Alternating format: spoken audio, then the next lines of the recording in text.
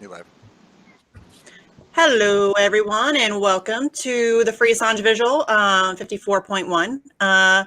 Today, we have 3,507 days of illegal and arbitrary detention for Julian Assange. It is 460 days since the WikiLeaks publisher was trafficked, I repeat, trafficked, from the Ecuadorian embassy after being sold to the UK for a $4.2 billion IMF loan. We have 55 days until the second phase of Julian's show trial and rendition hearing. There has been 1,137 days of incarceration for Reality Winner, and Chelsea Manning, our good news, is 123 days of freedom starting today.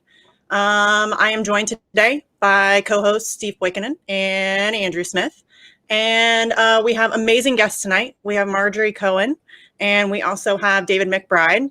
And we only have Marjorie for about 30 minutes. But yeah, we're going to just go ahead and jump right in, not wasting any time tonight. How's everybody doing? Good. I'm doing good. Thank you, Misty. David's muted here real quick. Before we jump into everything, though, I do have to point out that we are crowdfunding to try and get back to Washington, D.C. for all 3 weeks of Julian's rendition hearing. And we have a GoFundMe up for that. We are a little bit over 30% of the way to our goal, and I want to thank everyone who is donated to that. You guys are wonderful. If you can, please continue to do so. If not, please share the link, because that does help as well. And without any further delay, over the last week and a half, I suppose, maybe 2 weeks, we've kind of been dissecting this superseding indictment that the Department of Justice brought forth, not to Vanessa Baraitser, not to Julian Assange's legal team, but to the U.S. media, and released this indictment through the media.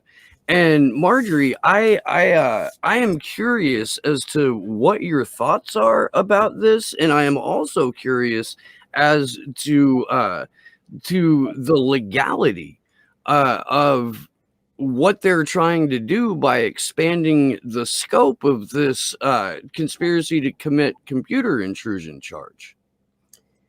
Yes, well, there has been so much criticism that Julian Assange is being targeted because he's a journalist and the freedom of the press has been violated. In fact, during the Obama administration, they actually refrained from bringing any charges against Julian Assange for fear it would set a precedent, because many newspapers, including the New York Times, the UK Guardian, Der Spiegel, Le Monde, did exactly what WikiLeaks did, and published exactly what WikiLeaks did. And so they were worried about setting a precedent. So given that criticism, and given the fact that the extradition hearing will continue and presumably conclude in September, they didn't bring any additional charges in this superseding indictment. They expanded the scope, as you said, of the conspiracy to commit computer fraud, so that they could paint Julian Assange as a hacker, not as a journalist, to try to deflect the criticism of his prosecution, of his indictment and extradition, and hopefully not, but they would hope eventual prosecution. Now, what they did in this superseding indictment was to allege that Julian actively recruited hackers to provide WikiLeaks with documents, and allegedly communicated with a leader of the hacking group LulzSec and provided a list of targets for that group to hack. What happened was that there was an FBI agent, an undercover FBI agent, talking to Julian Assange, and the U.S. authorities, with the agreement of the Icelandic government, the U.S. authorities created fake classified documents for this undercover agent to feed to Assange. That, to me, as a criminal defense attorney for many years, raises a red flag of entrapment. And I don't know, how that would play out. I don't know what the evidence is, but what it looks like to me from reading this superseding indictment is that Julian Assange, assuming that he's extradited to the United States, assuming that he goes to trial on this indictment, could raise the defense of entrapment. And so once again, they didn't bring any extra charges against him. The same charges, which carry 175 years in prison, are there, but they expanded the scope of the allegation of conspiracy so that they could say, oh, he's just a hacker. He's not a journalist. This is not a First Amendment issue. And that's incredibly sad to me because he's someone that has won, at least from my understanding, more journalism awards than anyone else in the world.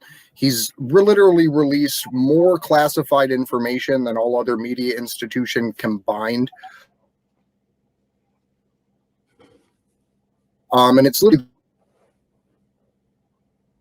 Andrew? He's cutting out. Okay. Rhythm? But while we're waiting on Andrew to come back in here, I have a couple of questions specifically about entrapment. The way that I understand it is that there's two parts to it that you have to prove in court to make it entrapment. And I may have this wrong. I'm not a legal scholar, nor have I been a practicing criminal defense attorney. That's why we have you on, so we can ask you this stuff. But the way that I looked at it was that you had to prove that the government was responsible for coercing you into committing a crime, and then B, you have to be able to prove that were it not for the government coercing you to commit this crime, that you would not have done it, and do not have any prior criminal behavior in your past. Is that correct, or is it one or the other? Well, you even if you have a criminal record, that does not mean you can't raise the entrapment defense. It could be that your criminal record relates to other kinds of offenses, and that would the whole issue with entrapment is whether or not the defendant had the predisposition to commit the crime, or whether the government created that predisposition in the defendant, and the defendant doesn't even have to admit that he actually committed the crime in order to raise a defense of entrapment. But because of this undercover FBI agent and them creating these false documents, that to me raises the red flag of entrapment. Again, I don't know if A, he would even raise that as a defense, or B, whether or not it would be successful, but I think it's definitely something that should be explored. Something I also wanted to ask you about too, and I'm sure you've probably been asked this before, but it seems kind of weird that Julian Assange, who's an Australian citizen, and WikiLeaks, which is, not a United States-based company or publication, it seems strange to me that the United States has any jurisdictional power to even ask for extradition. What is there precedence for the United States being able to go after a journalist of another country just because he embarrassed them? The United States can try foreign nationals the same way that other countries can try U.S. nationals. The question is, can they get jurisdiction over him? And will this extradition be successful? So what's happening is that the Trump administration filed this indictment. This is actually the second superseding indictment that they filed. The last one was in 2019.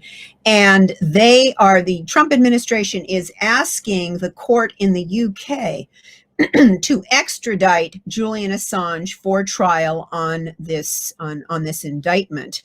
Now, there is a treaty between the United States and the UK, an extradition treaty. It's a 2003 extradition treaty, and it says extradition shall not be granted if the offense for which extradition is requested is a political offense. So if it's a political offense that Julian Assange would be extradited to the United States to stand trial for, then under this treaty between the US and the UK, he can't be extradited. And it's the UK that determines whether or not the request by the United States was politically motivated. Now, there's no clear definition of political offense, but it routinely includes treason, sedition, and espionage. You know, he's charged under the Espionage Act.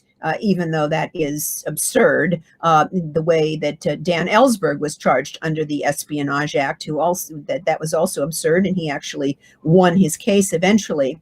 But routinely, political offenses include treason, sedition, espionage, and offenses directed against state power. So what did Julian Assange do? He exposed war crimes by the US government. That's why they want him so badly.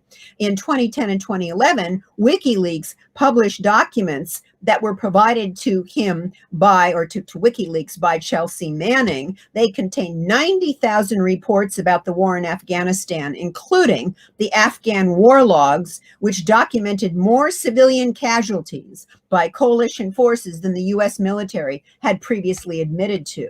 They published nearly 400,000 field reports about the Iraq War, which contained evidence of US war crimes, over 15,000 previously unreported deaths of Iraqi civilians, and the systematic murder, torture, rape, and abuse by the Iraqi army and authorities that were ignored by the US forces. And of course, that included the infamous collateral murder video, which I'm sure you've been talking about. And then there's the Guantanamo files, 779 secret reports that revealed the US government's systematic violation of the Geneva Conventions and the Convention Against Torture by abusing nearly 800 men and boys ages 14 to 89. Now, there is also another ground in the law to prevent Julian Assange from being extradited, and that is the Convention Against Torture and other cruel, inhuman, or degrading treatment or punishment, which has a provision called non-refoulement, and that forbids extradition to a country where there is substantial grounds to believe the person would be in danger of being tortured. Given the fact that Chelsea Manning was tortured when she was in custody awaiting trial, 23 hours a day she was kept in solitary confinement, and she was made to stand nude for inspection, and that amounted to torture and cruel treatment.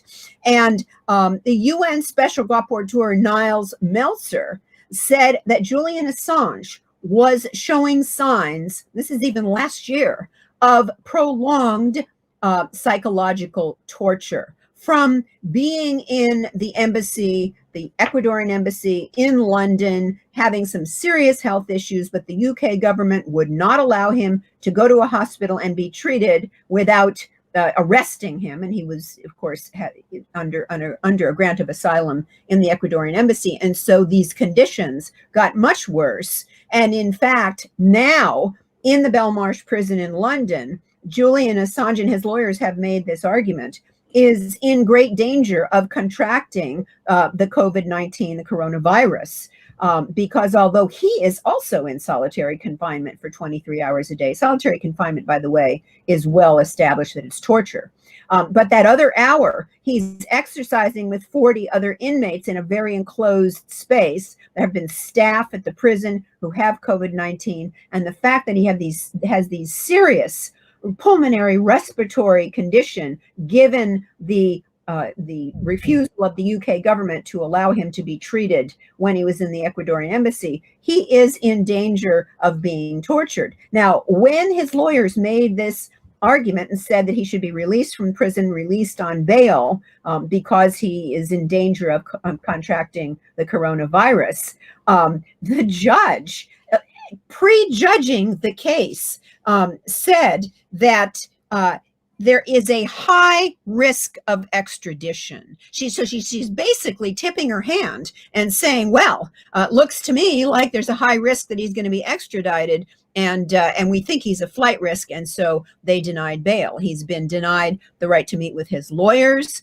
and he's so ill that the last time they had an administrative hearing, he was unable even to appear by video conference because he's so ill. So there are all these reasons why extradition should be denied. But of course, we know that the government of the UK and the government of the United States are thick as thieves and partners in crime. You know, going back way back. But a recent example is when Tony Blair and George W. Bush illegally invaded Iraq, changed the regime, and started a war that continues to kill people. And there have been estimates that 1 million people have died from that war. So he really should not be extradited to the United States for these trumped up charges. That does not mean that he won't be. And the extradition hearing continues September 7th. It may go on, his extradition hearing may go on for 3 weeks. It's unclear whether it will even happen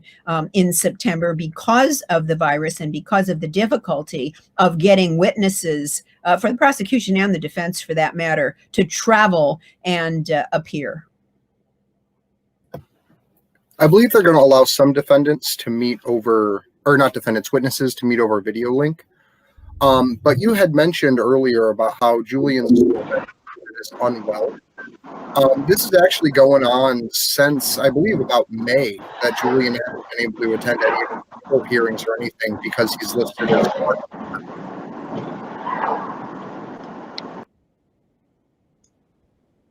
Do we lose Andrew again? No, I'm here. Oh, okay. Okay. Sorry. Andrew's been getting his interwebs attacked tonight. Kevin. I'm genuinely amazed that we've been able to carry on this show for 54 consecutive weeks with as minimal interruptions as we've actually had in the long run. It's surprising. Would you be able to throw a mute on Mr. McBride for a minute? Sure. Just because it's picking up his car audio. Yeah, and then David, whatever.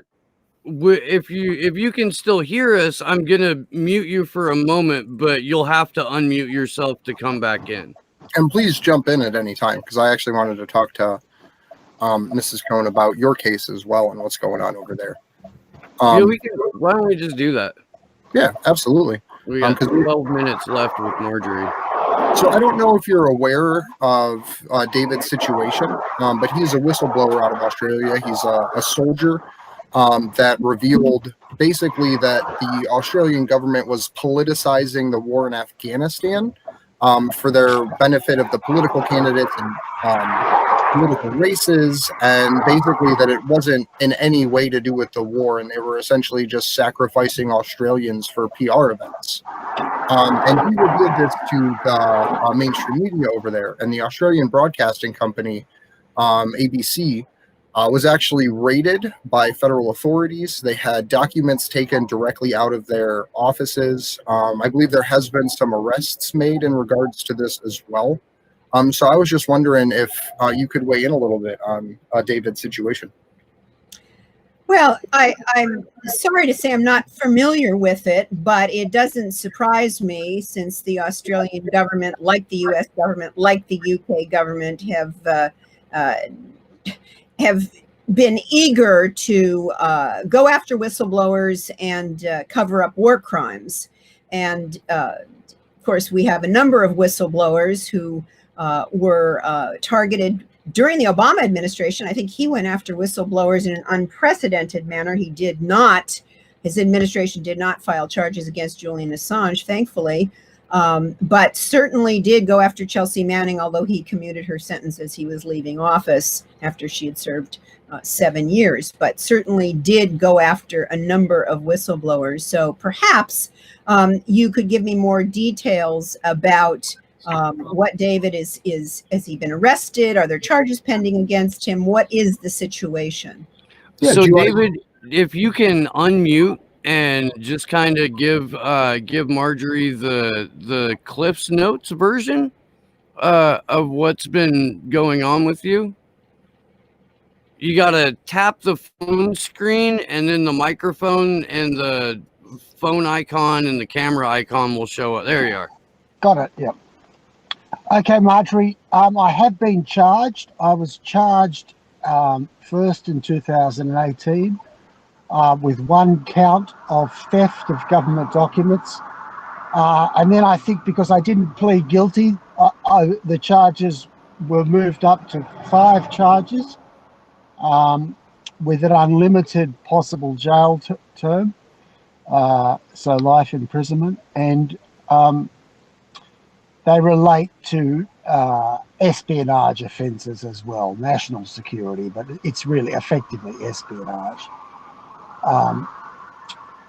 And there has been some recent developments. The trial is set down for later this year, and more things, more instances of war crimes are coming out, and it seems like what was happening was the Australian government was trying to cover up systematic war crimes, very embarrassing in instances where some of their most famous soldiers committed war crimes, and they were trying to cover that up desperately, and it's now coming out, and it's very embarrassing for the Australian government. It's not unlike the WikiLeaks case.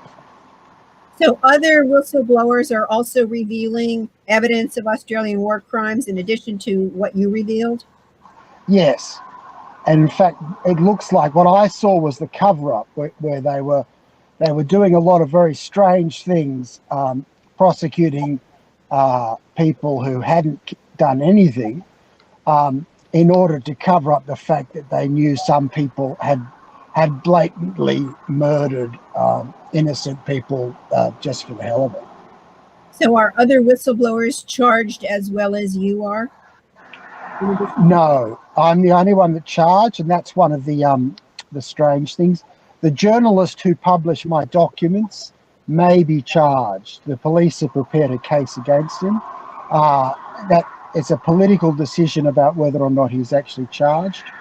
And the other whistleblowers haven't been charged. I think because, unlike me, they haven't embarrassed the government. I say that there was a bigger cover-up, whereas the people who just witnessed war crimes, the government are able to sort of blame the soldiers. But I think the problem was much bigger than that. In Watergate terms, I think it's, it's not just about the burglary, it's about what happened higher up. Do you think that they might be trying to, and again, I'm just asking because I don't know the details. Do you think that the reason that they have not filed charges against the person who published what you revealed is because they're trying to turn him, make a deal, and have him snitch on you? Is that a possibility? Yeah, I think that they did get to them beforehand because that journalist didn't publish the full story that I gave him.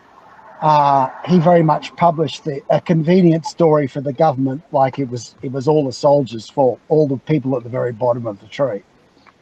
And I suspected some government interference in that, and that's why I thought that there was it's strange that I'm being charged and not him. He can't snitch on me in the sense that I've admitted, as a tactical thing, I admitted I gave him the documents. My defense is that I was justified because of the criminal nature of the government's actions. So there's nothing more to be said in that regard. In fact, it would seem very strange not to charge him because he's owned the story. The story's still on the internet. There's no doubt, and I've confessed that they're my documents, that they were used. So it's not clear what else the government would need to prove. It's just really a matter of political convenience. And you have not been in the military, the Australian military. I was a member of the military, yeah. So I guess I'm a bit in terms of Julian Assange's case, I'm a bit like Chelsea Manning, in that I was a legal officer. I had access to the files, and I could see things were going very wrong over there. And I leaked the documents as a serving soldier in the Australian Army. Well, I'm not familiar with Australian law, but in U.S. law, under the Uniform Code of Military Justice, a service member has a duty to obey lawful orders, and that means orders that comply with the Constitution and the laws of the United States. But under the Army Field Manual and the Nuremberg Principles, which would apply to you, regardless of Australian law, there is a duty to disobey unlawful orders, and an order not to reveal evidence of war crimes is an unlawful order. I don't know if this is something that your defense team is exploring, but that may be something that you might want to consider for your defense. Yeah, no, that's very helpful. Funnily enough, while we know of that principle, and all those principles apply in Australia as well, they're not emphasising it enough. They're looking for a statutory defence. I agree with you. I would rather go to trial on the fact that it was my duty to do what I did. And in fact, one of the elements of the main offences is that what I did was not my duty. And I want to use that phrase and say, actually, it was exactly my duty, and attack them that way, because I think that will put them in a more awkward position. But you've got some good ideas. Are you available in November to come and help me with my trial? Now, if I remember right, David, you tried to go through official channels for all of I was just gonna say that, Steve. You tried to do it by the book, as it were, and were rebuffed at every turn by higher ups. Very similar to Chelsea. Very similar. Yeah, I saw problems in 2013. I didn't go to the press, the ABC, until 2016. And in the meantime, I complained to everyone I could possibly complain to. It's my own case that I'm biased, but it's pretty shoddy. The whole thing is because I did follow all the rules. I was very much a true believer. And yet here I am facing life in prison. Yes, so you did go through the channels, Yeah. and nothing happened. I don't know, again, the ins and outs of your defense, but it may be that the statutory defense is not contradictory to the defense we were talking about, and that is a duty to obey unlawful orders, and an order not to reveal war crimes is an unlawful order. Yeah, and I'd like to keep it simple like that. The problem with the statutory defence is it's quite complex, and you can be substantially within it, but still fail because of the minor, details. You didn't complain to the right person or something like that. So I don't really want to go with that. In fact, I'd rather go to jail on the big issues than be acquitted on some sort of technicality from a statutory thing, because I want the big issues to be considered. You can raise the big issues, but quite frankly, if you get acquitted, that's a major victory, regardless of why you're acquitted.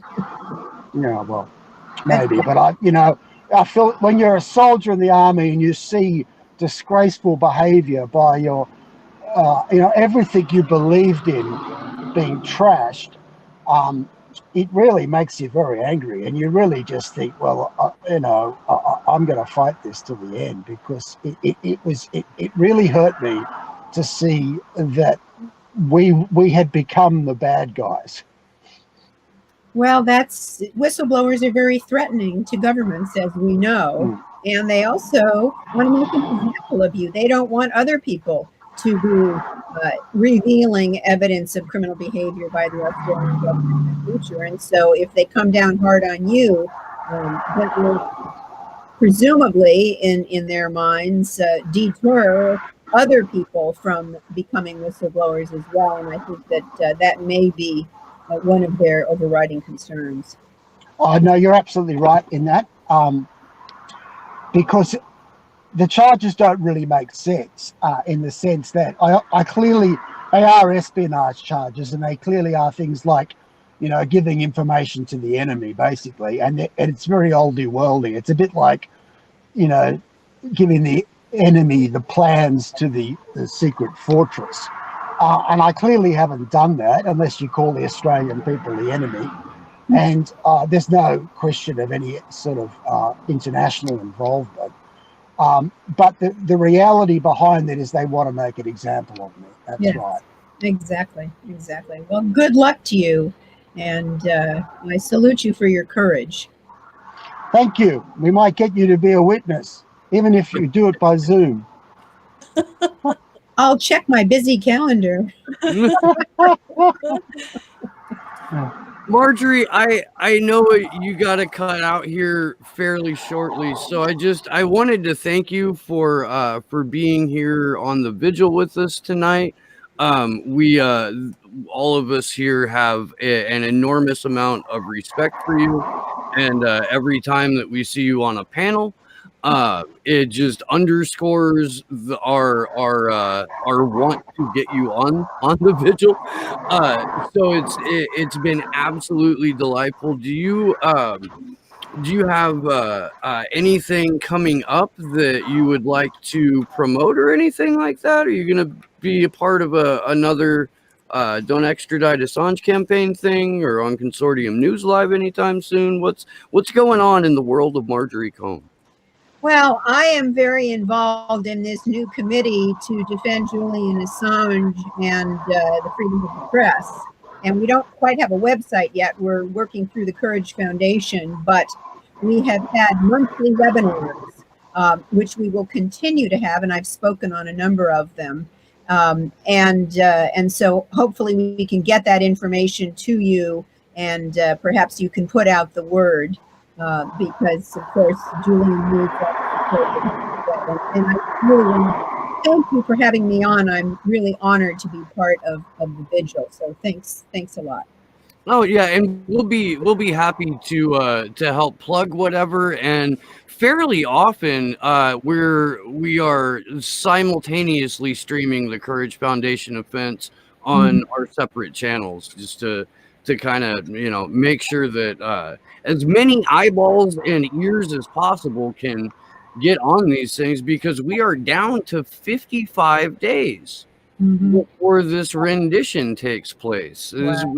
We got kind of lectured at by a French activist named Victor Dedesch, who reminded us to stop using the language of our oppressors, and that this is in fact not an extradition hearing. It is a broad daylight kidnapping that is going to take place at the Old Bailey in London beginning September 7th. So it really is, it's like a very slow moving extraordinary rendition that they're trying to accomplish by silencing Julian Assange, and we are going to fight tooth and nail to make sure that doesn't happen. When you say extraordinary rendition, the passage that I cited from the Convention Against Torture, the non-refoulement provision is really against extradition. And of course, the U.S. government was notorious for rendering so-called terrorism suspects to Guantanamo, to the CIA black sites for torture. And that's what that provision of the Convention Against Torture forbids. And that is rendering, the rendition, or sending or extraditing a person to another country where there are substantial grounds to believe he would be in danger of being tortured. And that's precisely what would happen if the UK government grants the US government's request to extradite Julian Assange to the United States. Can't say it more fair than that. Well, okay. Well, thank you so much. All you need to do to close out of here is just close out of the browser, and hopefully we can have another conversation with you before we are all off to Washington, D.C. in September. That sounds great, and keep up the great work. It's critical what you're doing. Thank you so much, Marjorie. Thanks. Take care. Bye-bye.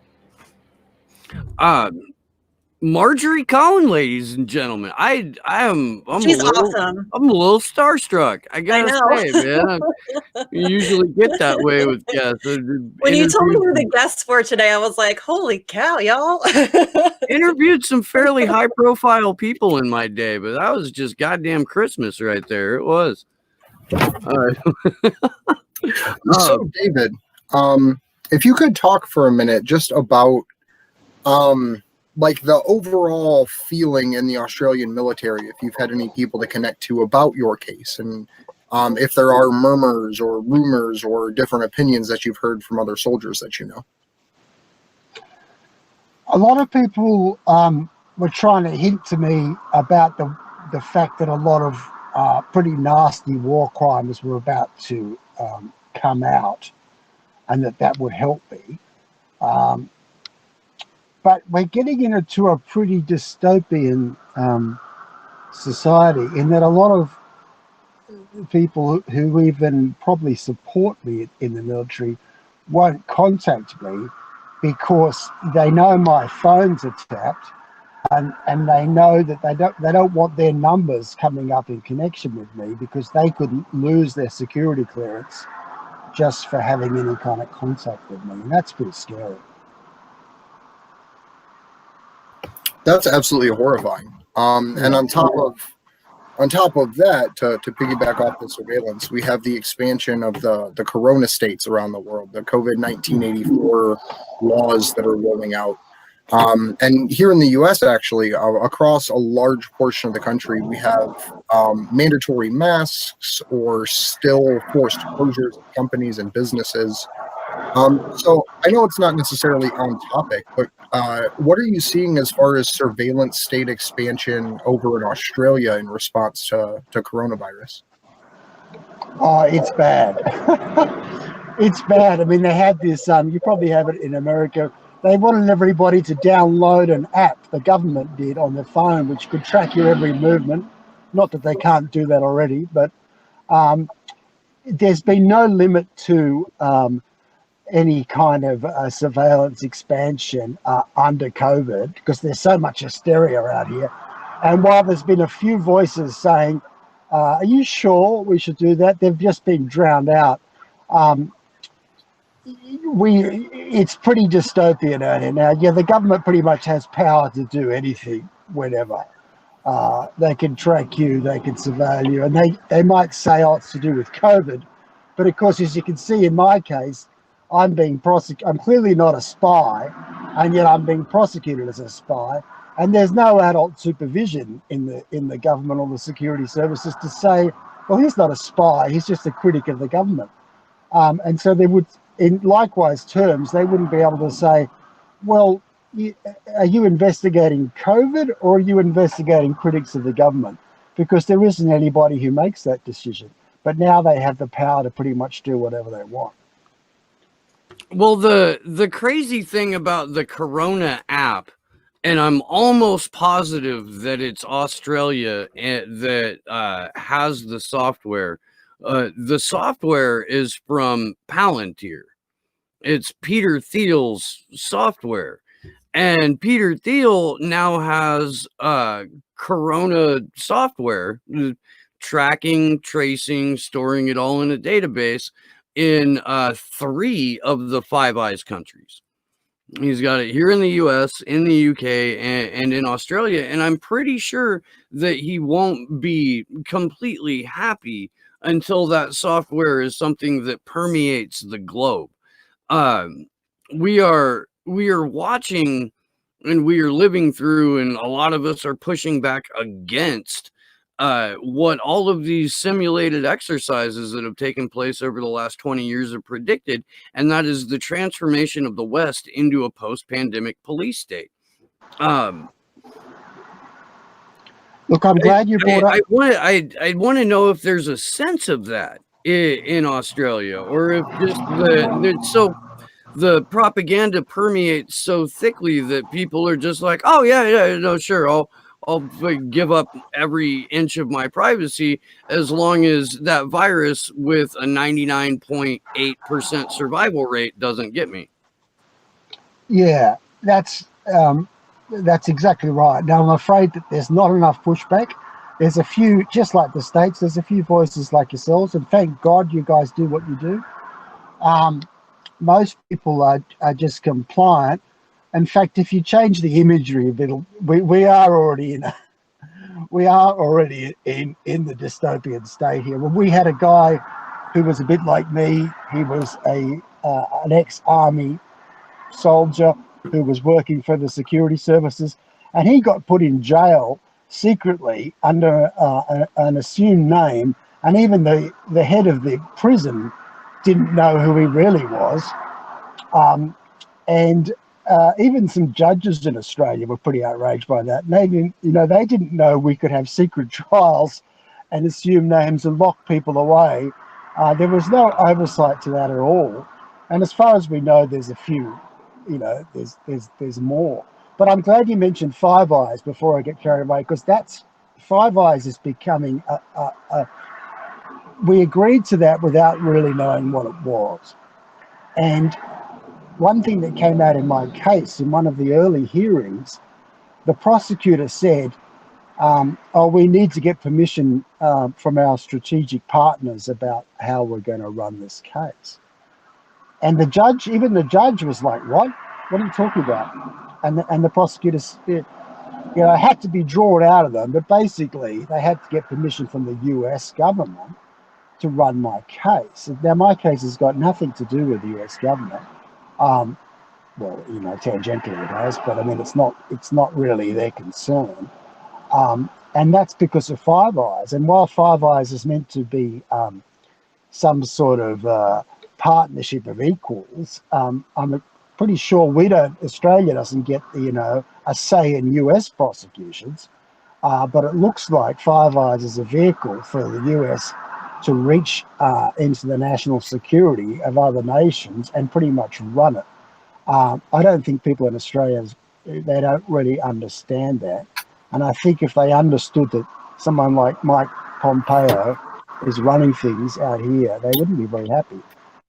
So I don't know if you're aware or not, but Susie Dawson, who a friend of the show, is co-hosted with us, mentor to Taylor, and targeted journalist and activist. She had a whole YouTube series called One versus Five Eyes, and it is so well put together and so incredibly detailed. If you haven't, it's worth going back and watching all of those episodes, because she breaks down with like a wonderful slide presentation and everything, just how this global intelligence sharing network operates, and scales it down to the two eyes, which is the US and the UK and the US and Israel, up through, I believe she covers like up to 40 something eye. Like it's ridiculous how many intelligence agencies the United States is either outright running or has multiple fingers and multiple pies in. It's like a fucking hydra. It's just... It's like how Julian described in the intro to Cypherpunks, I believe, that nation states are no longer determined by physical boundaries and lines in the sand. They're determined by encryption. And the mere existence of these global intelligence apparatuses throughout every single nation is case in point of that, to where they exist under a wall of encryption to protect themselves, and then people that would want to voice concerns about the fact that they exist have to exist behind encryption, so that way everything they do isn't just broadcast to them without any difficulty of retrieving. Yeah, look, I agree with that, and that's one of the having worked inside the security apparatus and having the highest possible security clearance. I've seen that monolith, and this is one of the depressing things about Julian Assange's rendition hearing. but it is really a rendition here, in that it's not as if the UK are really thinking about whether or not they're going to honour an American extradition request. It's the same freaking country as far as national security goes, and Julian Assange has committed offences against the Five Eyes monolith, and he's not going to get any real fair hearing in the UK, because it's really the same. People will be coming to the judge, unknown, deep state people will be saying he's got to go, and if the judge says, well, that's not lawful, they'll say it's national security, it really is important, and they'll have to comply, as if it was Khalid Sheikh Mohammed. There won't really be there's no distinction. As I said, there's no adult supervision between a journalist and someone who's actually quite dangerous. But I agree that I'll have a watch of Susie's stuff because it sounds good. It's definitely worth it. I do actually have a really good question from our chat for you. Walter asked, it seems very clear there won't be adequate whistleblower protection anytime soon. In hindsight, would you prefer to have leaked your info to WikiLeaks instead of going to ABC? And I actually have like a quick little add-on to that. I know that you had said that you, about, even just 5 years ago, you would have never predicted you would be in the situation you were in. And I'm just kind of curious how aware you were. We talked earlier about your case being so similar to Chelsea's. How aware were you of the Chelsea Manning leaks, and what kind of was your opinion on that before you found yourself kind of in a similar situation? So kind of a two-pronged question there. Sorry.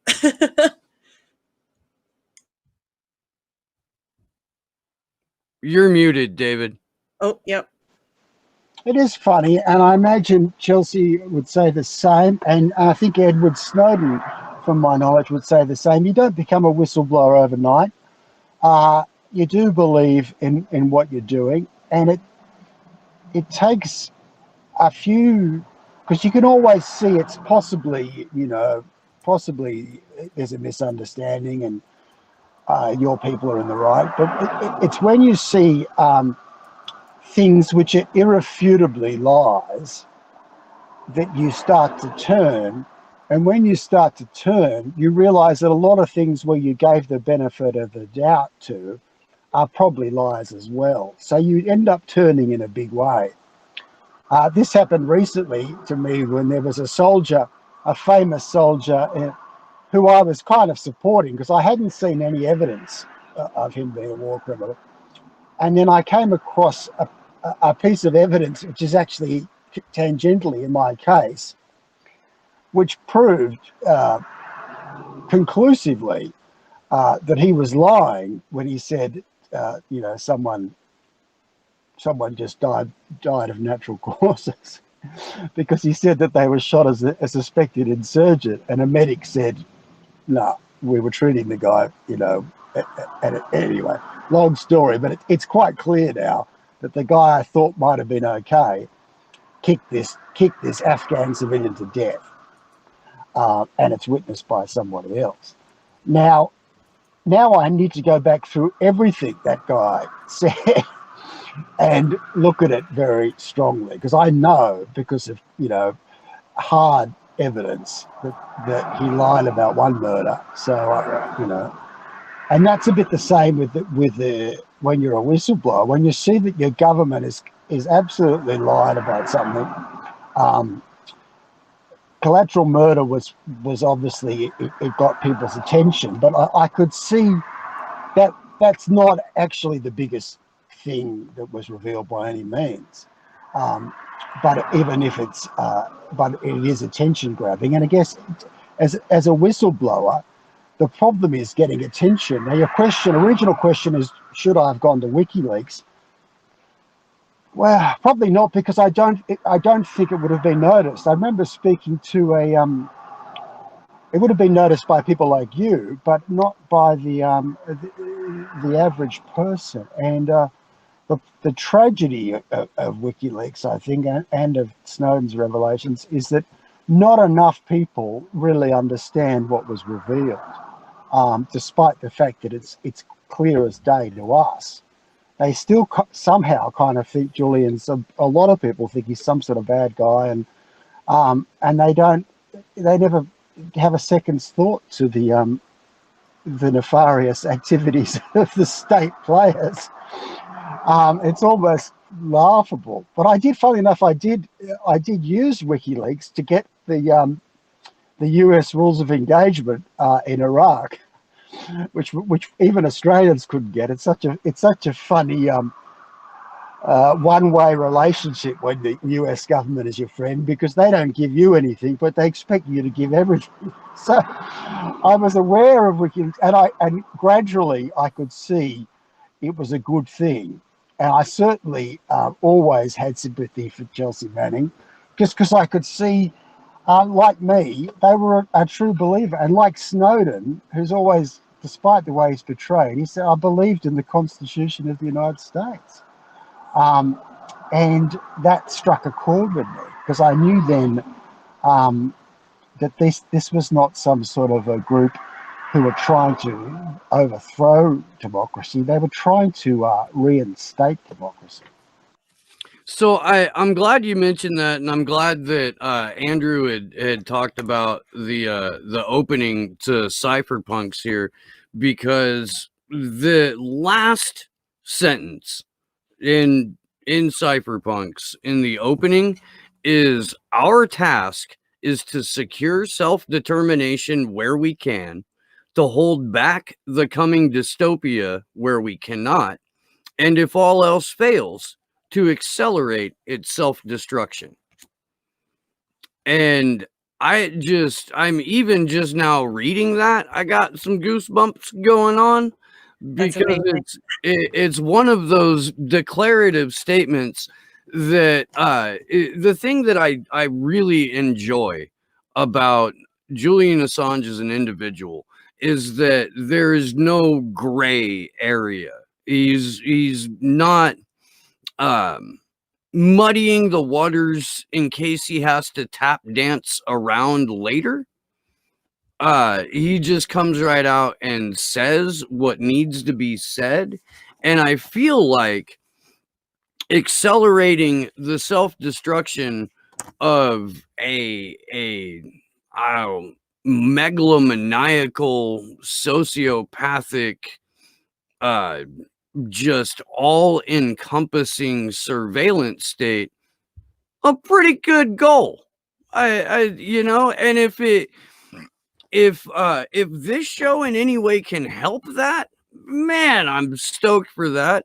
I hope that that more and more people now are talking. I know that you have chatted with the people from Consortium News Live, David. I'm glad that your story is picking up some traction. There was a question in the chat as to what is the best way that Aussies can support you. And if you want to field that, I did throw a link to your GoFundMe in the chat. And maybe we can get it put up on the screen at some point during the vigil tonight.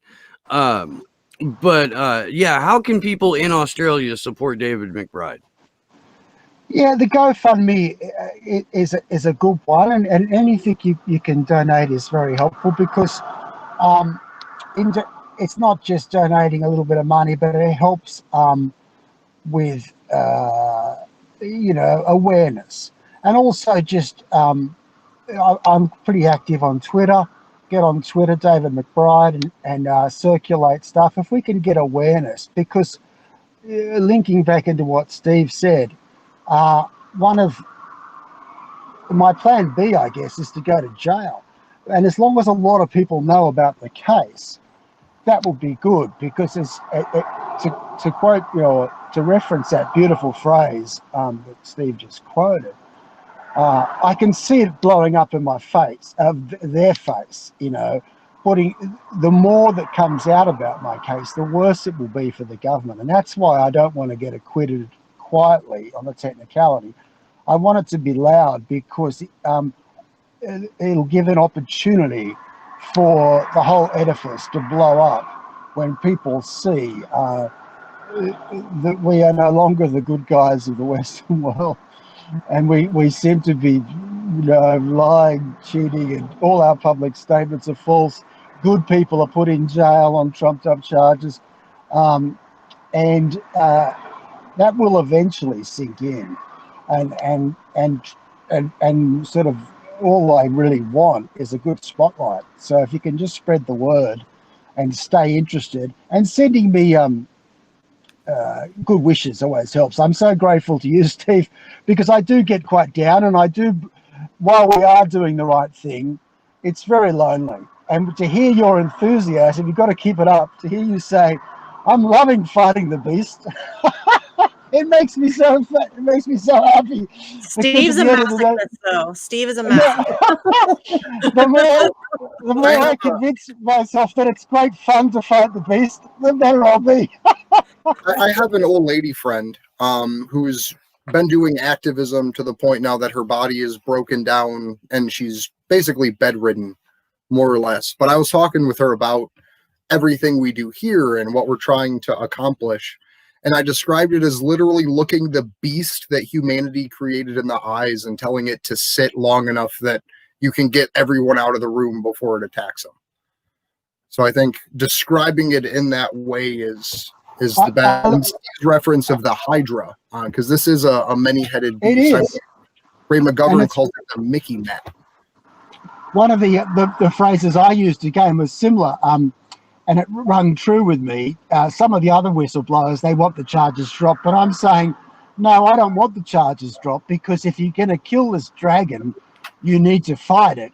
And if it slinks off into the jungle, it's going to come back. But you're absolutely right. You need to kind of do a bit of a Beowulf and get inside it and stab it from the inside.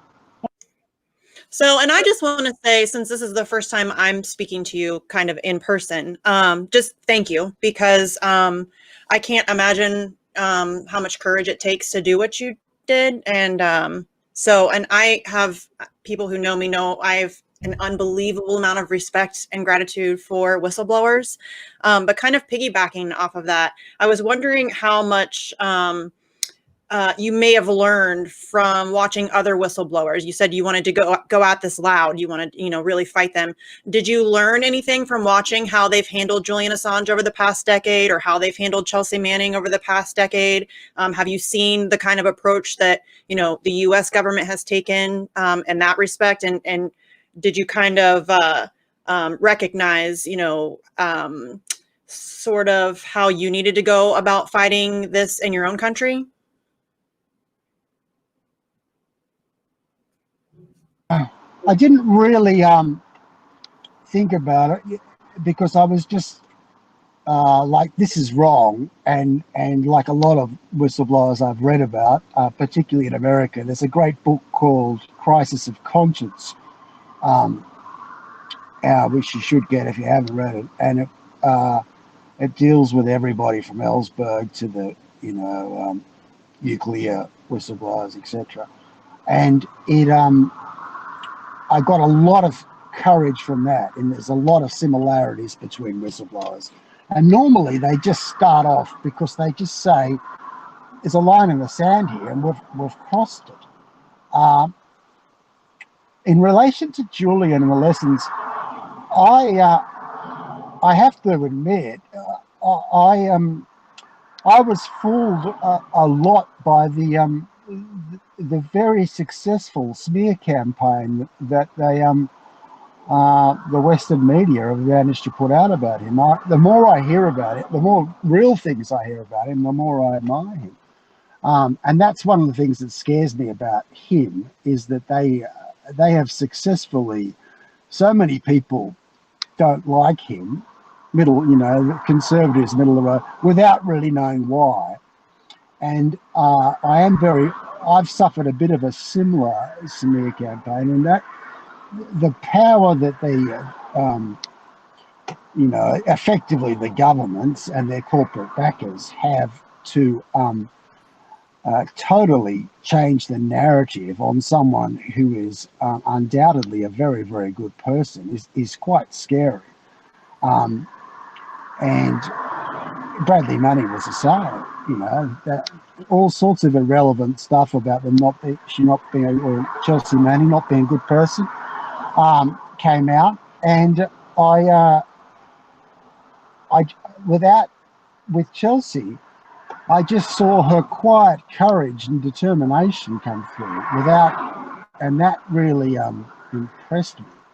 I think other whistleblowers, just knowing there's other people out there really helps you. And you have to fight it your own way, but it is a lonely path.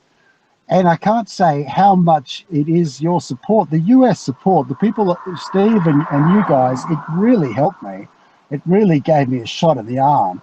And I did my first Zoom call half asleep. And afterwards, I felt, that was amazing. I felt like I'd had a shot of adrenaline. I just thought I can do this. And so don't discount the power that we all have. Not everybody can be whistleblowers because you don't always have that strong information, but everybody who supports whistleblowers is part of the fight, part of the army, part of the solution. In fact, we don't have to win majority support, but as long as we've got a strong cadre who help each other, we will be okay.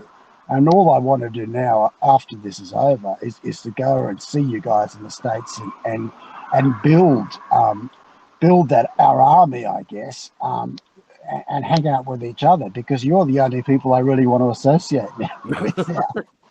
I was telling my boss at work today that, like, I feel weird in other settings because most of the people that I talk to are targeted activists, targeted whistleblowers, targeted journalists, or people in independent media that are, obviously being bugged on some level and surveilled on some level.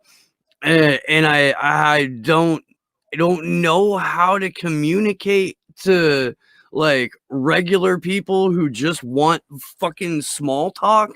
Like, it was never me anyway, but to try and, like, I don't know, go hang out in a fucking, like, park or a bar or something like that. I can't go to lunch without jumping, like hearing a snippet of a conversation and being like, oh really? Because and just kind of laying it all out there.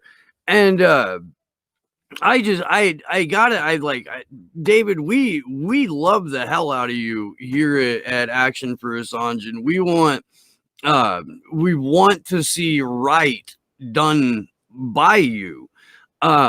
There was a follow-up question in the chat to how can Aussies best support you, and it was will people be allowed to support you when you go back to court for this thing, like physically in the courtroom or in front of the courthouse?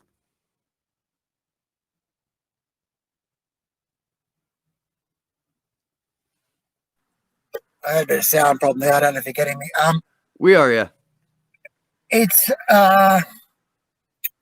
it will be an open court. That will be really helpful. The more people that can come to the court case, it's in Canberra. It's not that hard to get to. And I'd be happy to have people. That will be powerful. That gets the message across. And the media have been quite good. They cover the protests outside the courtroom. There have been protests outside the courtroom every time I've appeared. They've been growing bigger, and they do get filmed. And I think that would be powerful, because sometimes the media in Australia anyway, they do give up, and they do see that you are truly a popular figure amongst everyday Australians.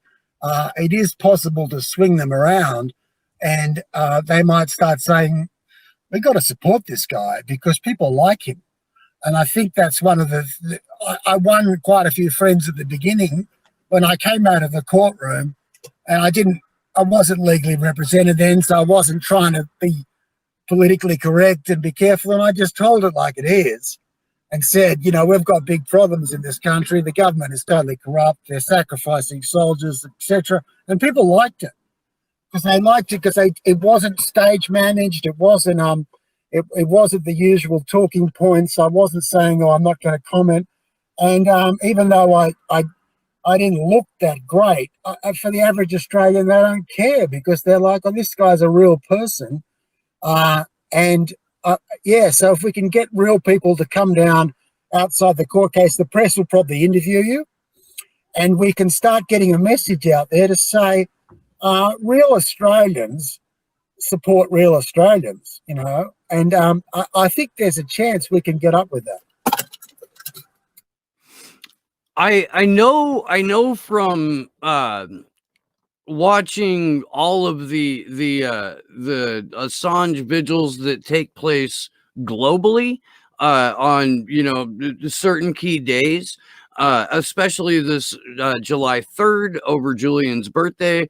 We had a coordinated, I want to say, like, close to 40 or 45 different events in 16 countries on 5 continents, and Australia and New Zealand really turned out for Julian. So it's my hope that by, you know, that by continuing to have you on these vigils, that you will be able to then, you know, make other contacts from different people with other different platforms, and that you can help, you know, proliferate your message and tell your story to a wider and wider audience, so that by the time your hearing comes up, there will be a large presence in your favor, in your corner, both in the courtroom and out in front of it. We should probably start including your statistics when we run through everything. When we do our calls to action that go up on the website every week, more often than not, we stick in the GoFundMes of people who are being targeted or who are being put through I don't know, unnecessary or ridiculous court trial. So yours is a part of that, and so is Elizabeth Mueller and a number of other people. And yeah, man, I you know, I'm an activist, so around the dead black heart is this, you know, little center of hope. Otherwise I couldn't do it. You know, I'd just be like, fuck it, surveil me, and I'm gonna go to Walmart, you know? Like, it would just, I would be a fucking mook, and I would probably hate it. But I hold out a fairly high level of hope, because what you did is what anyone with a conscience and means, and by means, I don't mean monetary, but by the ability to contact the press. That's the only means that you need to be a whistleblower. You need a conscience, and you need to be able to get a hold of someone who will print your story. And that's basically it. Now, you want to go through an institution or an outlet that has, you know, a proven track record of source protection, and the ability to then extend their means, their resources to your defense if it comes out that you were the whistleblower. But that's really neither here nor there for what we're talking about. Yeah, I do. I hold out a fairly high level of hope for your case there, David. I do. Well, it's good to hear you say that, and your optimism is not totally misplaced, because especially the developments in the past week about you know, more and more, they're not in war, they're murders. And particularly because there was this guy that I've referred to called Ben Robert Smith, and he was the sort of all-Australian hero who got awarded all these medals, like the equivalent of the Congressional Medal of Honor. And it turns out he was actually murdering people and claiming them as battle casualties. But it's also pretty clear that he could not have done that without the command, without the sort of generals knowing it. But it's a bit like tail wag the dog. They needed a hero. They made a hero. They didn't care whether he really was a hero or not. It served their purposes. And this will be so embarrassing. And this is a bit like collateral murder. It's not the worst thing that happened, but it's caught the public's imagination. Now, the whole edifice, this could be like the crack in the damn wall. If it can be linked back to the generals, and I think it can, a lot will happen, and that will could be the domino effect that goes back to Julian Assange and say, how can we say this guy's a bad guy when he exposed the same thing? Cover-ups, politically motivated false messaging, wars started over lies. I mean, that's another. It's so hypocritical in Australia. It's well known now by, it's established by our most trusted investigative journalists that the weapons of mass destruction thing was not a mistake. It was a lie in order to go into a war that they decided that would be good for America. Now, Julian, and those people who get awards and whatever, Julian's revelations are the same sort of thing, and yet somehow he's a bad guy. And I also thought there was a little bit of a turning, whatever you think of Rudy Giuliani. I saw he was quoted this week saying, what's the difference between the Pentagon Papers being published by the Washington Post and Julian Assange publishing the diplomatic cables, etc. It's the same thing. And so I do think we can win this. Which is great. I dare to hope, but I don't think it's impossible.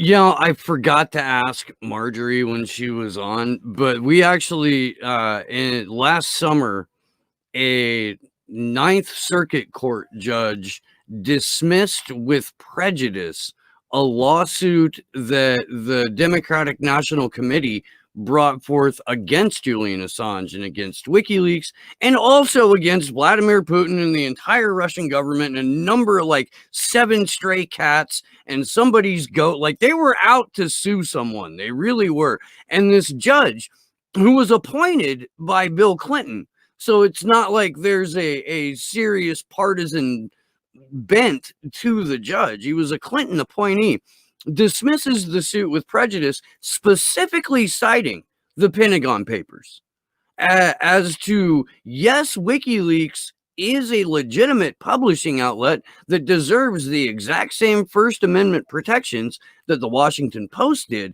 and the New York Times did when they printed the Pentagon Papers. So we have this precedent set in a federal district court. Now, whether or not they'll be able to use that when if Julian is renditioned and brought here, that remains to be seen, because in his particular case, he'll be in the Eastern District of Virginia. It'll be an entirely closed court. His defense team won't even have access to the material being used against him by the prosecution. No reporters, no one in the gallery, all done in the dark. 100%. The jury won't even be able to have transcripts of the actual court proceedings, because the language that they're going to be using falls under the rubric of national security. So they're going to read things like, for example, and they're not allowed, the collateral murder isn't a part of this case, but let's take it for example. The battalion commander says, sweep on the bunnies instead of fire on the civilians. That's the kind of shit that the jury is going to have. They're going to get handed a bunch of nonsense words that completely strip away the horrors of war crimes that were committed in their name, in the name of the jury, in the name of the prosecutor, in the name of the judge. All of these war crimes were committed with zero accountability. And again, David, if I'm not right in this, then I apologize, and please correct me if I'm wrong. But the only person in Australia so far who has been charged with anything over the war crimes that you exposed are you and potentially the reporter that printed it, not the soldiers that engaged in the war crimes, nor the higher ranking officers that either instructed, approved, or looked the other way. Do I have that correct? Oh, you're muted. Yeah, no, that's correct, and it's pretty obscene when you think about it that way. I try not to get wound up, but yeah, I'm the only one, the only serving member of the military, I think, in the last 20 years, who's kind of facing major prison time, and considering all the pretty terrible things that have gone on. It is pretty obscene, and this is why I'm so grateful to you. It's great, even though this is, independent media is so important, because the facts of the matter in Julian's case, as that judge pointed out, and this is one of the reasons why I wanted to get in front of a judge. I quite wanted to be put on trial, because a judge, as in that DNC case that you just brought up, a judge is capable of cutting through the spin and cutting through the sort of the bullshit in the press and saying this is not right. And whereas you won't get that in the you won't get that in the media, and that's what's so dangerous. And the media are so controlled these days, as you know. And had we been living in a different time, I think even in the 70s for the the Watergate era, Julian would be a hero. They would be. It'd be so easy you wouldn't even have to be, as you said, you wouldn't even have to be a biased press. You know how they turn on celebrities, and you know how they sometimes, when they want to, you can imagine the way they could turn on the US government if they actually covered the stories in an objective way. And Julian would be getting the Congressional Medal of Honor, or if they really wanted to, if there was balanced reporting out there who said, God, what does America stand for? Who has been more in line with American values, Hillary Clinton or Julian Assange? I mean, it's pretty clear, and that's why we need independent media, because unfortunately it's gone a step further. They've realised the security services bought out the media.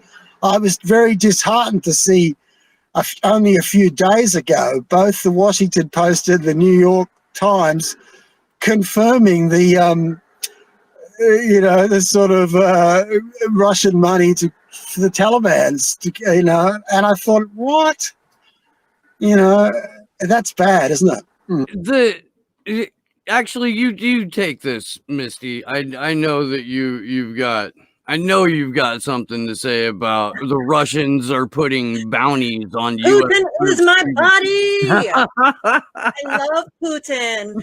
If you look back here, actually, I don't know if you guys can see it. There's a little heart frame picture of my buddy right over there. on the bookshelf. Yeah, that's my little Easter egg for people to find that I just totally gave away. But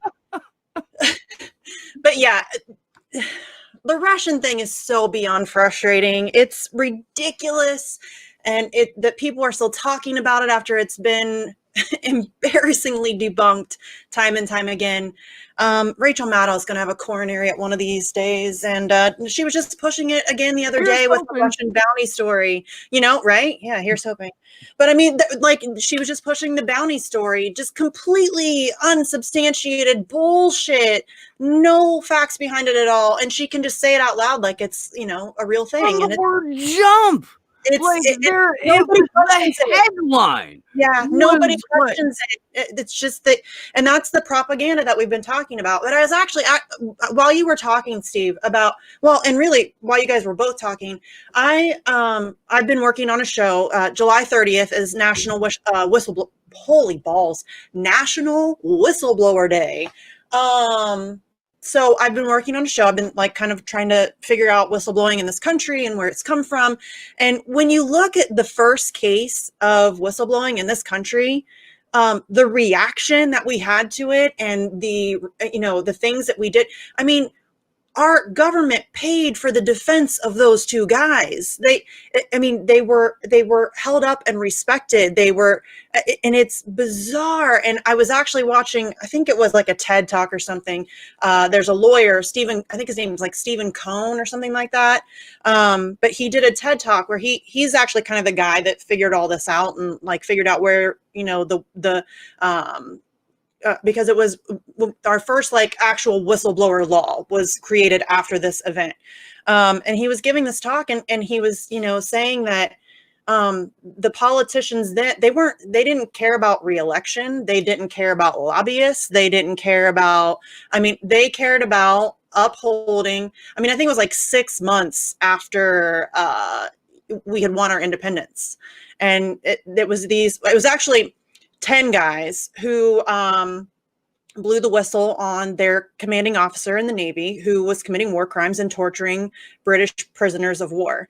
And so, these 10 guys got together and they wrote this letter, and one of them jumped ship to deliver it to the Continental Congress. And, the guy that they were telling on, his brother was the governor of Rhode Island, and, he had very powerful friends. And so he, sued them for criminal libel, and they got thrown in jail. And they then wrote a letter to the Continental Congress, and we defended them. We backed them. We supported them. And it's so bizarre to think that that's where we came from. That's in 1776 or 1777, it may have been, after they, blew the whistle. And then now we see ourselves in a position where Chelsea Manning's getting tortured and Julian Assange is, in this show trial nonsense clusterfuck of whatever that is. And then you have people like David who, it's insane to me that's how far we've fallen. Do you know what I mean? Does that make sense? Yeah, it does. And I just realized you're Misty Putin's buddy. I didn't know that. You're a celebrity yourself. I feel like a celebrity. But say hello to Vladimir for My me. head just got really big. Yeah, I read about that very case in the US, and I thought that was fascinating. In fact, it was almost written by Hollywood. Wasn't that great? Those guys, I think it was before the before the shooting, very early on, and I found that very heartening. Yeah, but of course, in history, we remembered well, but at the time, as you rightly pointed out, they were vilified. It's pretty terrible. When you look at, especially with both America and Australia, because there's sort of a celebration of the outlaw, at least in terms of, I don't know, folklore. Like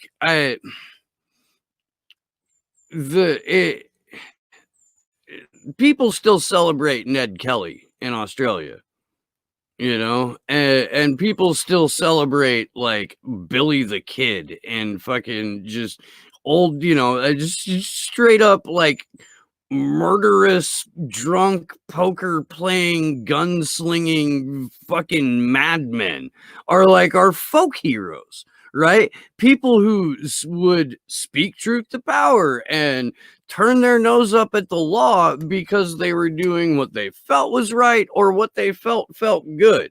Like it, and as Misty was just saying, for us to come from, okay, the government paid for the defense of these whistleblowers, to the government is torturing these whistleblowers, in just a couple hundred years is a worrisome extreme different, like it's a difference of extremes. And And the David, fact that we can have a national whistleblower day in this country while having the attitudes that we have is so embarrassingly hypocritical. Mike Pompeo we were celebrating that. Yeah, we were celebrating that as Chelsea Manning was being tortured. That's fucking ridiculous. Mike Pompeo puts out this saccharine fucking tweet on International Press from World Press Freedom Day. The UK's Justice Minister put out a saccharine tweet on World Press Freedom Day.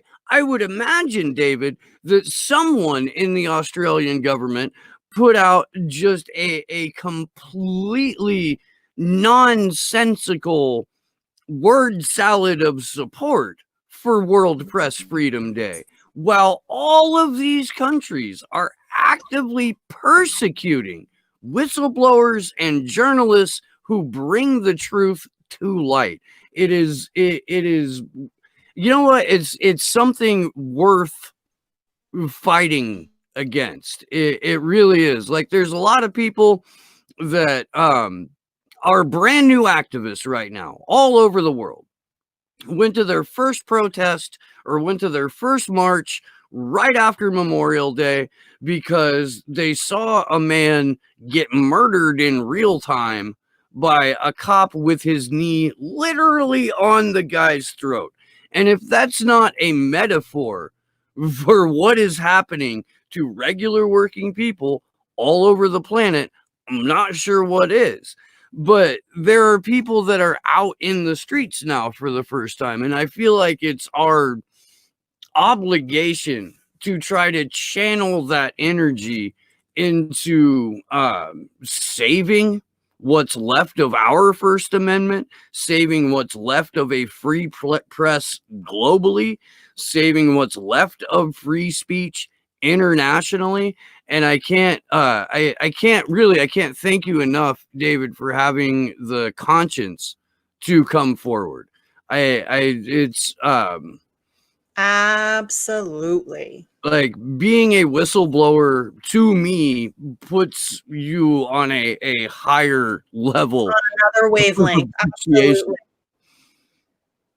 And I'm not just trying to blow your smoke up your ass, man. I'm not. No, we're not. That's how I feel. I hope that you realize, David, that you have support here. Like, this space here is your space, and we will support you. We will help you. We will do whatever we can. Listen, we're not. I mean, we're just some people trying to, raise awareness and do what we can. But whatever we can do, I think I can speak for all of us that we'll do it. We really do appreciate the sacrifice that you've made. I can't tell you how much that is me. You're right. Are you driving through a tunnel?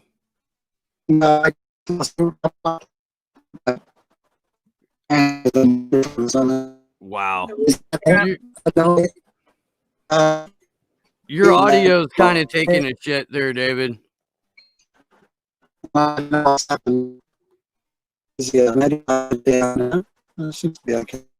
That was last bit was a little bit better. It's sounding like robots having sex is what it's sounding like.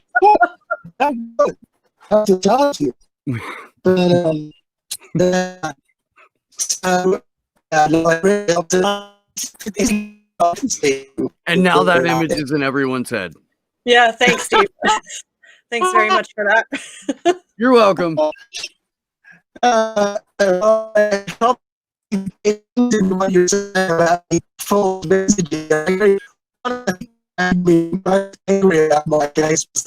Was the hypocrisy and the Mike Pompeo statements.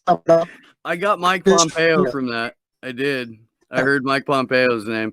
Mike Pompeo robot porn. Mike Pompeo robot porn. Wow.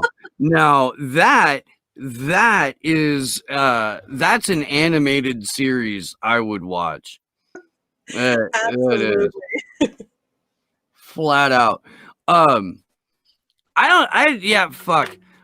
Maybe David, if you can pop out and pop back in, we'll see if that changes anything. We've got about 30 minutes left in the show, and there are a couple of news items that I definitely want to get to. So yes. I think we should start with the Craig Murray article. I agree. Absolutely. This is the one. Isn't this the one you posted earlier that I said, excuse me, while I water my cheeks? Yeah. My advice was to not read it while you were cutting onions. Yeah. Yeah. Yeah. So, Sleepy Josh, It's if up there. we could get Damage to the Soul up on the screen. And again, so if you guys aren't aware, and we are going to play Taylor's clip here, Craig Murray, former ambassador, prolific journalist, very, very, very adamant supporter of Julian Assange, And all around bona fide badass. yeah, is himself in a fuck ton of hot water over writing stories that are true and printing them. Like Craig Murray is being legally threatened. His personal freedom is being threatened, all again for being a journalist. And in the midst of all of this, in the midst of his own just legal fuckery, he takes time out of his day and away from his own, focusing on his own defense, to write this piece that he titled Damage to the Soul. So we're going to cover that real quick because it is vital that the I guess axiom, first they came for Assange. It's vital that doesn't become the new normal, that we lose Craig Murray, that we lose the 468 journalists who were arrested, shot at, and otherwise tear gassed and otherwise fucked with during all of these protests. So I'm going to jump right in. I'm going to read some of this. Misty, if you want to take over at some point, that would be really cool. Absolutely. Too. You don't just have to hear my fucking voice. Ready to go. The imprisonment of Julian Assange has been a catalog of gross injustice heaped upon gross injustice, while a complicit media and indoctrinated population looks the other way. In a truly extraordinary twist, Assange is now being extradited on the basis of an indictment served in the UK, which is substantially different to the actual indictment he now faces in Virginia if extradited. The Assange hearing was adjourned after the first full week, and its resumption has since been delayed by the coronavirus. In that first full week, both the prosecution and the defense outlined their legal arguments over the indictment. As I reported in detail, and by the way, guys, if you haven't or if you didn't catch Craig Murray's coverage during the first week of Julian's rendition hearing, oh my God, was it fucking amazing. And it was a balm. Like, it was a hard week. And I mean, yeah, we were, going for like 20 straight hours in DC, but woo boy, it was phenomenal writing. As I reported in detail to an audience of millions, Assange's legal team fairly well demolished the key arguments of the prosecution during that hearing. This extract from my report on the defense case is of particular relevance to what has since happened. So we're going to go through this a little bit, and then I will probably pass it over to Misty. But for the defense, Mark Summers, QC, stated that the USA charges were entirely dependent on three factual accusations of Assange's behavior. One, Assange helped Manning to decode a hash key to access classified material. Summers stated this was provably false from the evidence of the Manning court-martial. 2, Assange solicited the material from Manning. Summers stated this was provably wrong from information available to the public. Number 3, Assange knowingly put lives at risk. Summers stated this was provably wrong, both from publicly available information and from specific involvement of the U.S. government. In summary, Summers stated, Jesus Christ, that is some alliteration. In summary, Summers stated the U.S. government knew that the allegations being made were false as to fact, and they were demonstrably made in bad faith. That'll be me muting David here. And we will get to the in bad faith. It's in bad. Where the fuck am I at? There we are. This was therefore an abusive process, which should lead to the dismissal of the extradition request. He described the three above counts as rubbish, rubbish, and rubbish. Summers then walked through the facts of the case. He said the charges from the U.S. divide the materials leaked by Manning to WikiLeaks into three categories: diplomatic cables, Gitmo detainee assessment briefs, Iraq war rules of engagement, and the Afghan and Iraq war logs. Summers then methodically went through all of these relating to each in turn to the alleged behaviors, making 12 counts of explanation and exposition in all. This comprehensive account took some 4 hours, and I shall not attempt to capture it here. I will rather give highlights, but will relate occasionally to the alleged behavior number and or the alleged materials letter.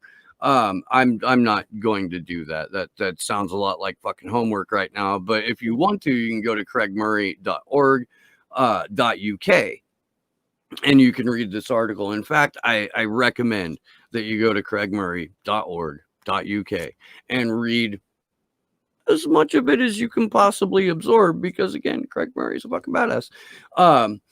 On count one, Summers at great length demonstrated conclusively that Manning had access to each material, and that's, again, the war logs, collateral murder, rules of engagement, Gitmo files, and Cablegate, provided to WikiLeaks without needing any code from Assange, and had that access before ever contacting Assange. Nor had Manning needed a code to conceal her identity, as the prosecution alleged. The database for intelligence analysts Manning could access, as could thousands of others, did not require a username or password to access it from a work military computer. Can you wrap your fucking head around that for a second, y'all? Like, proof of war crimes. All of these diplomatic cables, the Guantanamo Bay files, all of them were sitting on military computers that, as long as you were an analyst at a workstation, you did not need a username or password to access any of this shit. Now, that's a little bit sloppy. A little sloppy, or a little just arrogant. Right? Summers quoted testimony of several officers from Manning's court-martial to confirm this. Nor would breaking the system's admin code on the system give Manning access to any additional classified documents. Summers quoted evidence from the Manning court-martial where this had been accepted, that the reason Manning wanted to get into systems admin was to allow soldiers to put their video games and movies on their government laptops, which in fact happened frequently. Magistrate Brewster twice made major interruptions. She observed that if Chelsea Manning did not know she could not be traced as the user who downloaded the databases, she might have sought Assange's assistance to crack a code to conceal her identity. From ignorance, she did not need to do that. And to assist would still be offense by Assange. Summers pointed out that, and look, man, I wish I could have been in the courtroom myself for this when this whole 4-hour process was going on, because there were a couple of brilliant moments where, after interruptions by Vanessa Brewster, the attorney just fucking leveled her. Summers pointed out that Manning knew that she did not need a username and password because she actually accessed all the materials without one. Brewster replied that this didn't constitute proof that she knew she couldn't be traced. Summers said, in logic, it made no sense to argue that she was seeking a code to conceal her user ID and password when there was no user ID and password. Baratester replied again that he couldn't prove that. At this point, Summers became somewhat testy and short with Baratester and took her through the court-martial evidence again, of which Baratester also made the point that even if Assange were helping Manning to crack an admin code, even if it did not enable Manning to access more databases, that it was still unauthorized use and would constitute the crime of aiding and abetting computer misuse, even if for an innocent purpose.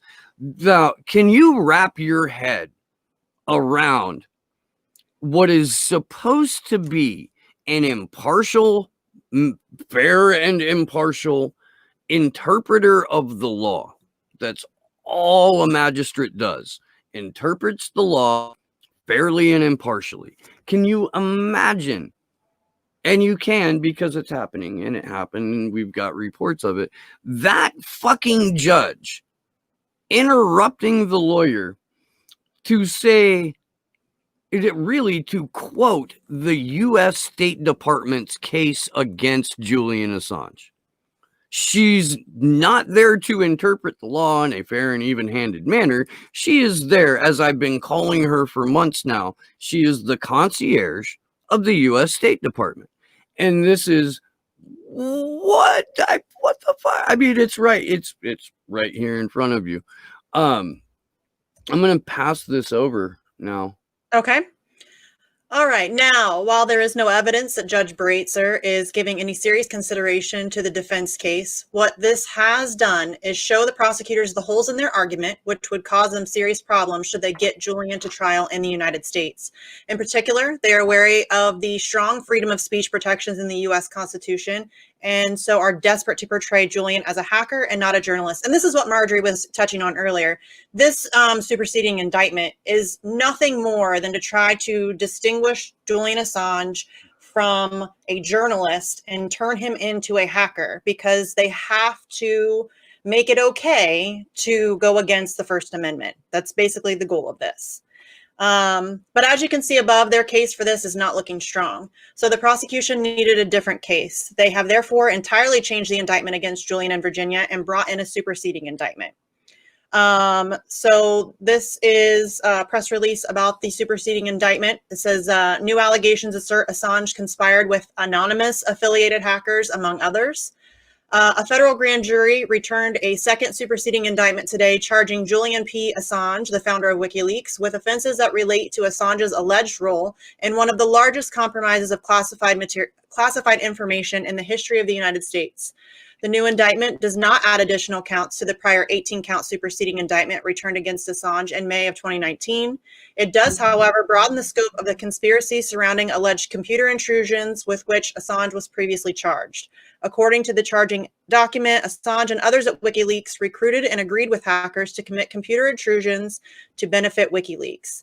Since the early days of WikiLeaks, Assange has spoken at hacking conferences to tout his own history as a famous teenage hacker in Australia, which, by the way, as a hacker, he helped take down a child pedophilia ring, but let's not talk about that, right? It's only mentioned, the bad stuff. And to encourage others to hack to obtain information for WikiLeaks. In 2009, for instance, Assange told the Hacking at Random conference that WikiLeaks had obtained non-public documents from the Congressional Research Service by exploiting a small vulnerability inside the document distribution system of the United States Congress, and then asserted that, quote, this is what any one of you would find if you were actually looking, end quote. In 2010, Assange gained unauthorized access to a government computer system of a NATO country. In 2012, Assange communicated directly with a leader of the hacking group. Excuse me. Where am I? Lulztech. Oh, okay, there we go. Here I am. Who by then was cooperating with the FBI and provided a list of targets for Lulztech to hack. With respect to one target, Assange asked the Lulztech leader to look for and provide to WikiLeaks mail and documents, databases, and PDFs. In another communication, Assange told the Lulztech leader that the most impactful release of hacked materials would be from the CIA, NSA, or the New York Times. WikiLeaks obtained and published emails from a data breach committed against an American intelligence consulting company by an anonymous and LulzSec-affiliated hacker. According to that hacker, Assange indirectly asked him to spam that victim company again. In addition, the broadened hacking conspiracy continues to allege that Assange conspired with Army intelligence analyst Chelsea Manning to crack password hash to a classified U.S. Department of Defense computer. Can we break down that press release there? And I want to get David's opinion on this too. That's the press release about this superseding indictment, and look at just how look at how it's framed.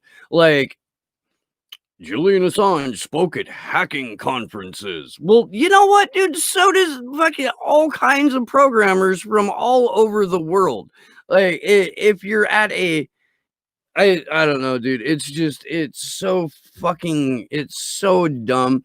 And all of this information, all of it is being provided by a convicted pedophile, a convicted con man, a convicted embezzler, someone who has been declared a sociopath by Iceland's health ministry, and also a paid FBI informant. That, and then their other star witness is also a paid FBI informant. Now, I don't know about you, but I'm not going to take the word of a sociopath, pedophile, con man who was being paid by the FBI to infiltrate and set up WikiLeaks. David, I don't know how much of that you were able to catch, but I would like to hear your opinion on Mr. Murray's words and the press release there. Oh, I can't hear you.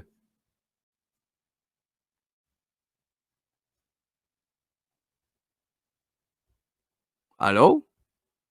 It might have, if his Bluetooth headset's still on, it might have switched to it. Oh. Oh, okay. Yeah, Should I would check your. Should I continue for now until we get him back? Yeah, might as well do that. But Okay. yeah, I think you have to check your headset, David. Otherwise, we get yelled at when we have dead air. Yeah, I can wait. I mean, I just didn't know if you wanted me to just go ahead. No, jump in, man. Okay. As you can see, this is about switching to charges firmly grounded in hacking, quote, hacking, rather than in publishing leaks about appalling American war crimes. The new indictment is based on the evidence of a supergrass. I always sound drunk when I say his name. Okay, I promise I'm not drunk. I'm not gonna try it. Fuck it. Who was acting as a paid informant to the FBI during his contact with WikiLeaks.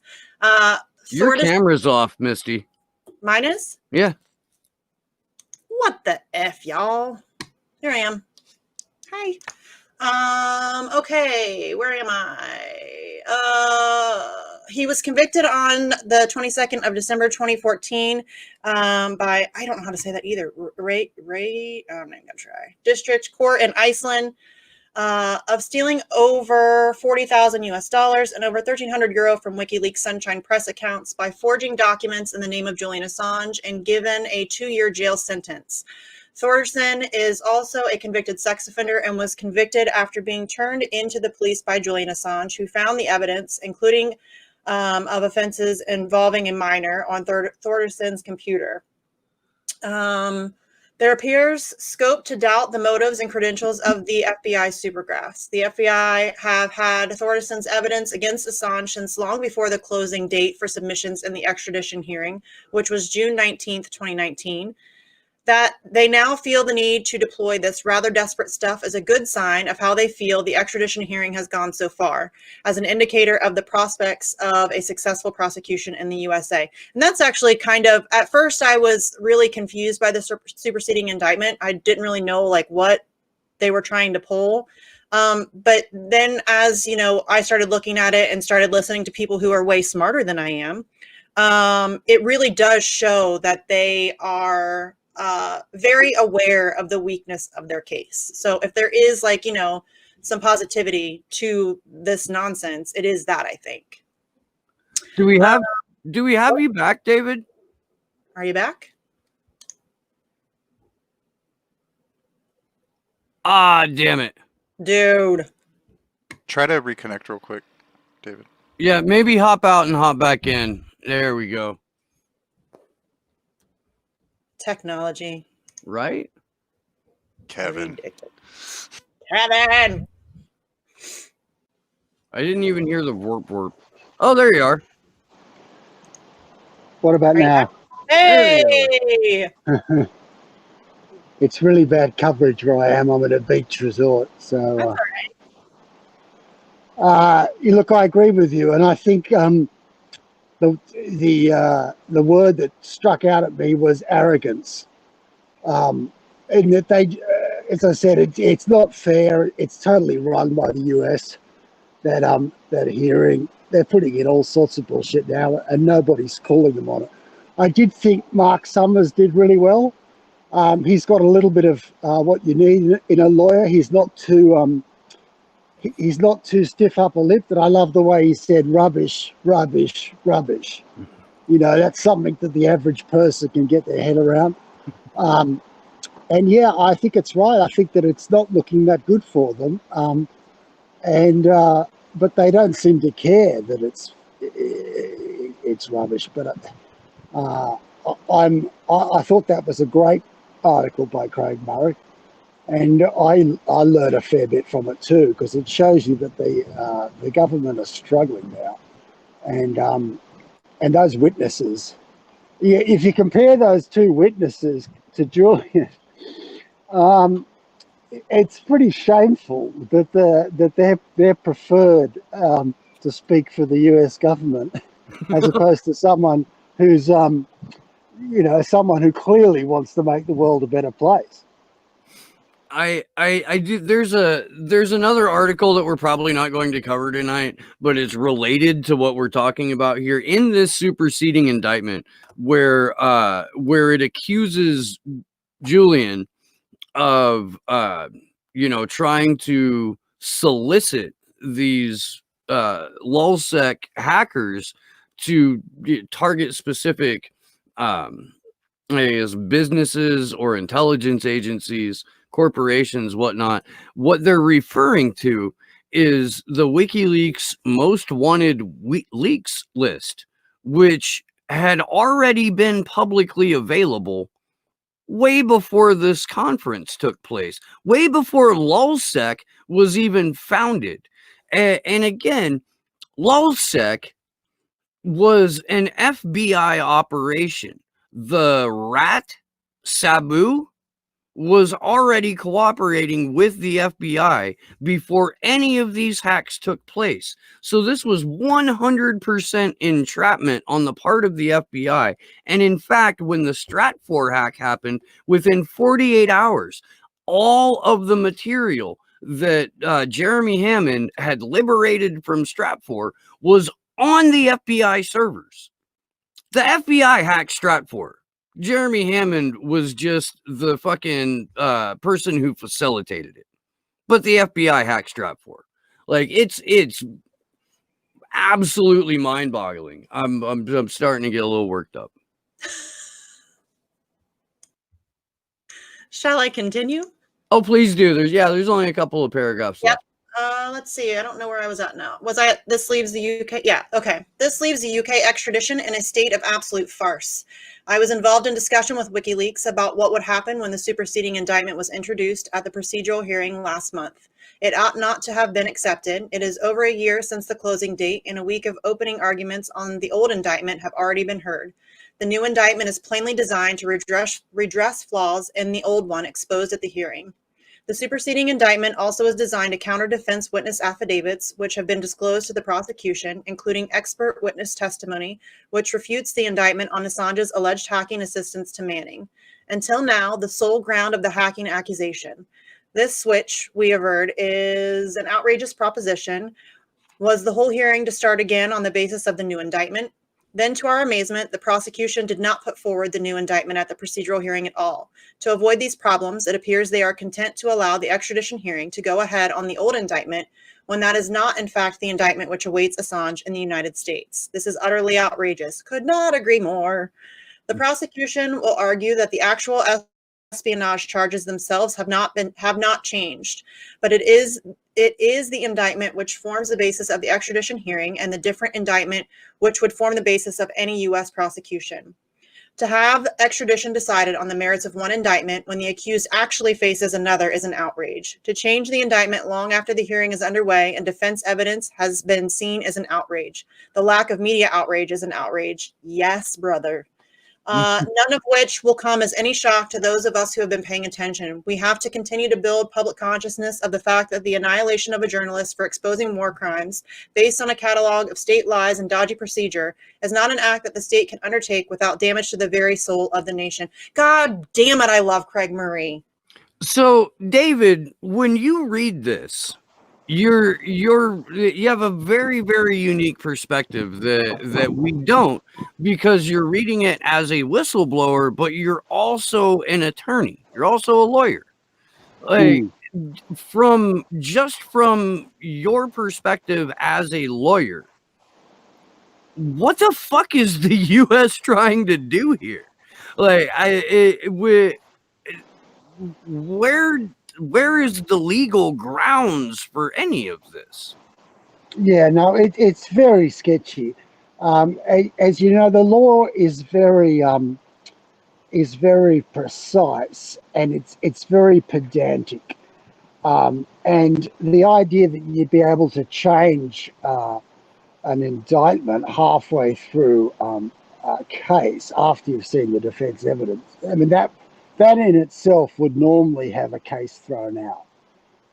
Plenty of criminals, like bad criminals, have got out of jail for far smaller mistakes, procedural mistakes by the prosecution. It's not been conducted fairly, and the idea that the two best witnesses the US government can come out with are totally compromised. You know, it is a shambles, and it is. I love Craig Murray's phrase, because it is.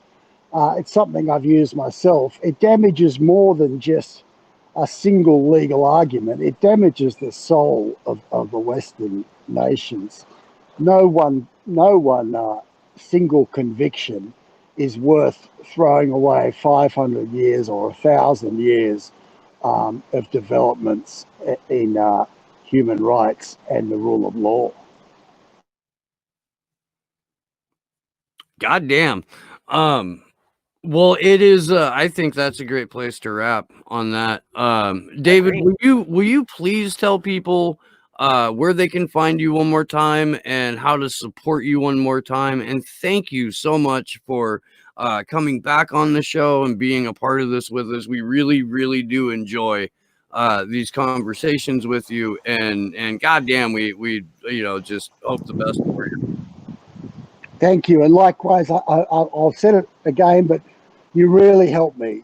You are like, shot of vodka before the firing squad. I love it.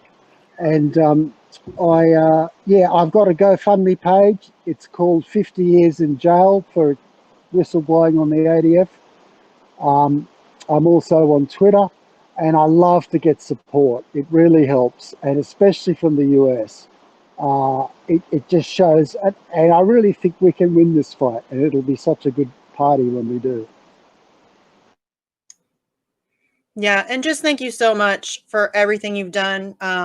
Hopefully, like you said, you've got hope for your case. We'll hold on to hope for your case too. We'll keep fighting for you and, shouting you out. I know that, we can post your GoFundMe. I can tweet it out. We'll do whatever we can. I just want to thank you. I want to thank Marjorie for coming on earlier. I was super excited to get to talk to you both. It was kind of this is a fire lineup tonight. You guys can find me on Twitter. at Sarcasm Stardust. I'm always there. And then I did just start hosting a show with my buddy Jesse Zerwell, Facts on the Ground.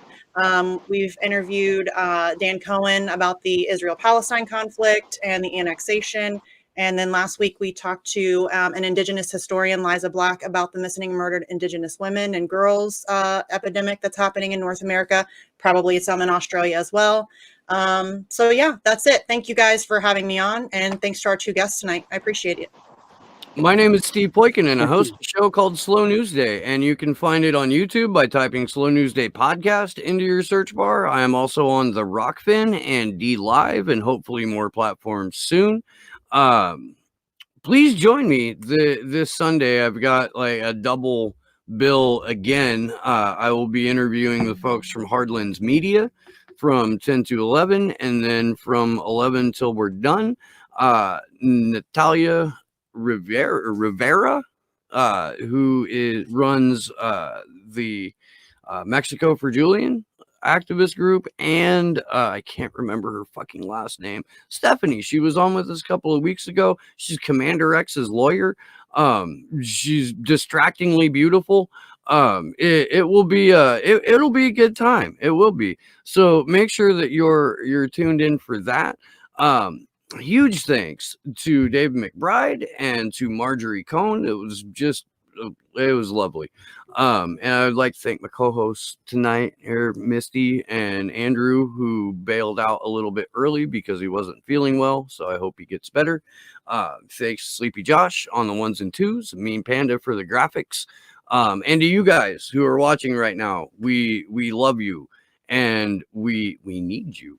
Don't forget to hit up the GoFundMe for the actions in DC.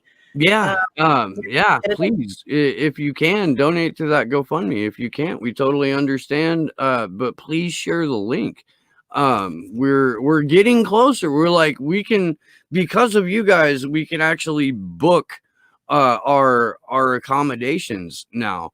And then we have, fairly lofty goals for the events and actions and demonstrations that we're planning to pull off there. So we definitely need help for that. And not just in terms of finances, man. We need asses in the street. If you are anywhere near the Washington, D.C. area for any of the first 3 weeks in September, get your asses down to D.C. and join us while we raise some fucking hell for Julian Assange. Because again, our task is to secure self-determination where we can, to hold back the coming dystopia where we cannot, and if all else fails, to accelerate its self-destruction. Good luck to us all.